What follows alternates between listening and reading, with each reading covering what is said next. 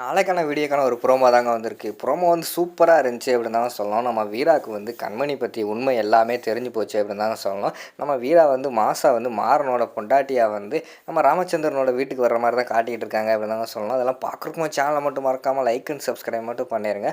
First எடுத்தோடனே நம்ம வீரா வந்து கடைக்கு வேலைக்கு போகிற மாதிரி தான் காட்டிகிட்டு இருக்காங்க. அப்போ வந்து ராகவன் கிட்ட சொல்கிறாங்க, மாமா நீங்கள் எதுவும் தப்பாக நினைக்காதீங்க. நான் இந்த கடைக்கு வந்து கல்யாணத்துக்கு முன்னாடி எப்படி நான் ஒரு வேலைக்காரியாக வந்தனோ அதே மாதிரி தான் வந்திருக்கேன் அப்படிங்கிற மாதிரி சொல்கிறாங்க.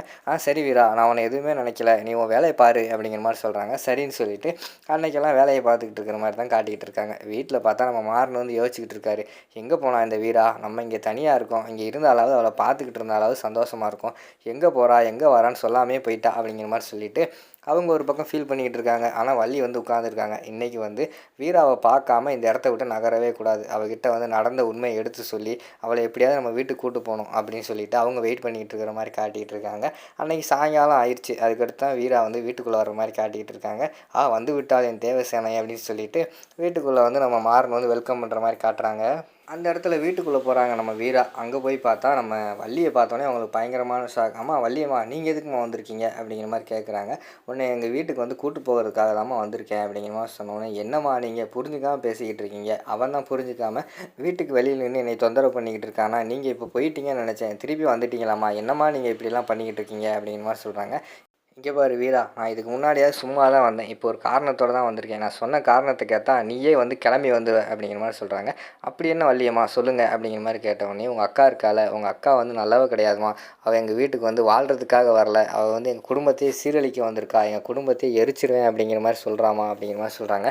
இதெல்லாம் நான் நம்பணுமா, எங்கள் அக்கா வந்து அப்படிலாம் கிடையாது, அவளுக்கு என்னமோ கோபம் இருந்தது தான் கல்யாணத்துக்கு முன்னாடி, ஆனால் இப்போ வந்து அவள் பண்ணுறதை பார்த்தா அவள் திருந்திட்டா அப்படிங்கிற மாதிரி சொல்லிகிட்டு இருக்காங்க. இல்லை, நீ நினைக்கிறது வந்து ரொம்ப தப்பு, உண்மையாகவே வந்து அவங்க பேசுகிறதெல்லாம் நான் பார்த்தேன், அது மட்டும் இல்லாமல் கூட வேறு அந்த ராஜேஷோட அம்மா வந்து கூட்டு சேர்ந்துருக்காங்க, அவங்க பண்ணுறதெல்லாம் சரியில்லைம்மா அப்படிங்கிற மாதிரி சொல்லிகிட்டு இருக்காங்க.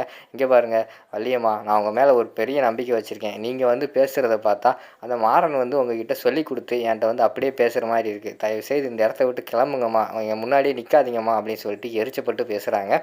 டக்குன்னு பார்த்தா அவங்க யோசிச்சுக்கிட்டே இருக்காங்க. டக்குன்னு ஒரு வாய்ஸ் மட்டும் கேட்குது, இந்த ராமச்சந்திரனை குடும்பத்தையும் இந்த குடும்பத்தில் உள்ள எல்லாத்தையும் சீரழிக்காமல் நான் விட மாட்டேன், இந்த குடும்பத்தை எரிச்சதுக்கப்புறம் தான் நான் எரிச்சிக்கிட்டு சாவேன் அப்படிங்கிற மாதிரி வந்து நம்ம கண்மணியெல்லாம் பயங்கரமாக பேசிக்கிட்டு இருந்தாங்கல்ல அந்த வீடியோவில், அதை டக்குன்னு வந்து வள்ளி வந்து போட்டு காட்டிடுறாங்க. அதை பார்த்த உடனேயும் நம்ம வீராவுக்கு வந்து பயங்கரமான ஷாக் ஆகிடுது. உடனே செல்லை வாங்கி வீடியோ ஃபுல்லாமே போட்டு கேட்குறாங்க. பார்த்தோன்னே அவங்களுக்கு பயங்கரமான ஷாக்கு.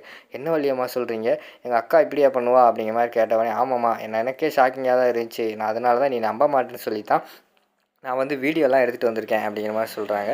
அதுக்கடுத்து டக்குன்னு அந்த செல்லை அவன் கையில் கொடுத்துட்டு, இந்தாம்மா இதுக்கு மேலே உன்னோட பொறுப்பு, நான் இனிமேல் வந்து உன்னை வற்புறுத்த மாட்டேன், எங்கள் வீட்டுக்கு வா அப்படின்னு சொல்லிட்டு நீயே யோசிச்சு வந்து ஒரு நல்ல முடிவு எடுப்பேன், நான் நம்புகிறேன் அப்படின்னு சொல்லிட்டு அந்த இடத்துலேருந்து போயிடுறாங்க. அடுத்து பார்த்தா நம்ம வீரா வந்து யோசிச்சுக்கிட்டே இருக்காங்க, என்ன பண்ணலாம், நம்ம அக்காவுக்கு வந்து பழி வாங்குற குணம் இந்த அளவுக்கு ஆயிடுச்சா, கண்டிப்பாக வந்து அவள் அங்கே இருந்தானா அவளும் நல்லா இருக்க மாட்டான், அந்த குடும்பமும் நல்லா இருக்காது, நம்ம என்ன பண்ணலாம் அப்படின்னு யோசிச்சுக்கிட்டே இருக்காங்க. சும்மா அந்த வீட்டில் போய் இருந்தோம்னா நம்மளை துரத்தி விட்டுருவாங்க, நம்ம வந்து அந்த வீட்டுக்கு போனால் எங்கள் அக்காவுக்கு ஈக்குவலான அந்தஸ்தோடு போகணும், கண்டிப்பாக அதுக்கு தேவைப்படுறது வந்து மாறன் தான், மாறனோட பொண்டாட்டியாக போனால் தான் அங்கே நம்ம எதுனாலும் பேச முடியும், நம்ம சட்டம் தான் அங்கே வந்து எதுனாலும் பண்ண முடியும் அப்படிங்கிற மாதிரி யோசிச்சுக்கிட்டு இருக்காங்க. ஆனால் நம்ம அந்த வீட்டுக்கு போகிறதுனால நம்ம வந்து மாறனை வந்து கண்டிப்பாக ஏற்றுக்க போகிறதே கிடையாது, மாறன் மேலே நமக்கு இருக்கிற அந்த இது அப்படியே தான் இருக்க போகுது.